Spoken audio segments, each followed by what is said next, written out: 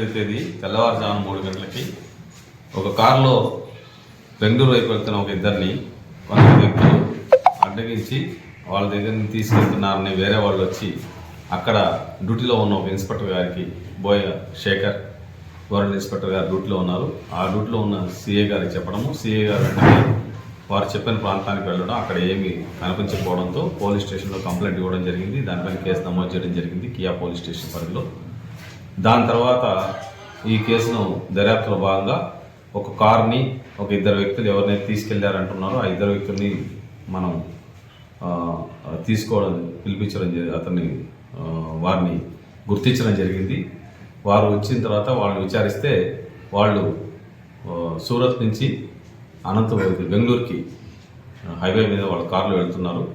వాళ్ళని వేరే వ్యక్తులు అడ్డగించి వాళ్ళ దగ్గర కొంత డబ్బును స్వాధీనం తీసుకెళ్లారని చెప్పి అంటున్నారు.